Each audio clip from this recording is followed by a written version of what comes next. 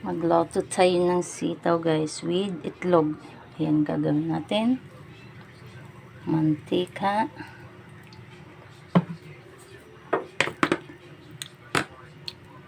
Tapos bawang, sibuyas.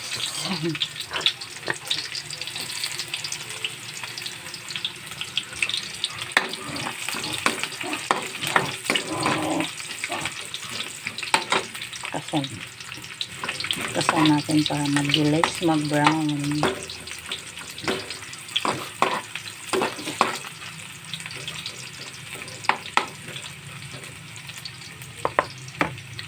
So, mix natin itong ginayat na sitaw. Ganun na kasimpleng lutong ito, pero gustong gusto ng mga bata.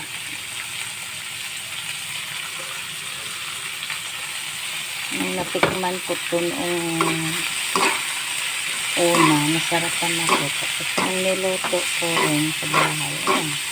Gusto rin ng mga bata. Kaya pag may sitaw, ganito ng luto ko. Karamihan, minsan adobo ko.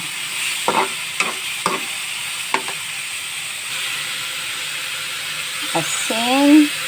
Lagyan natin ng asin. Pag masyadong marami kasi yung estimate lang gawa ng yung itlog inasinan. Then seasoning. Wala nang laman.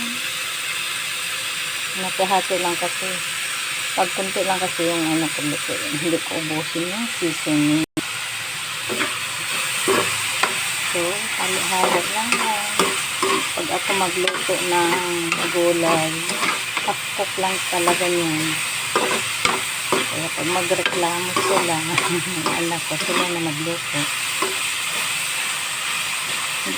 Feeling ko kasi yung ano, iba ang lasa pag lutong-luto.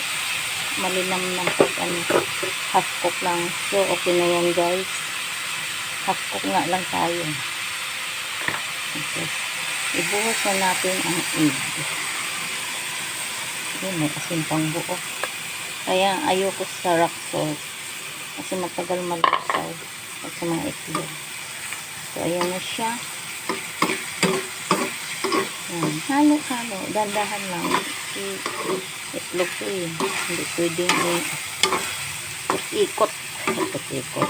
As in habang-haba. Kailangan mo muna patuyuin.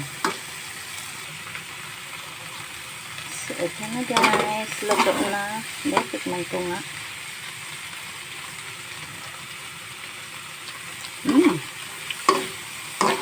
Na-estimate ko lang talaga yung ano niya.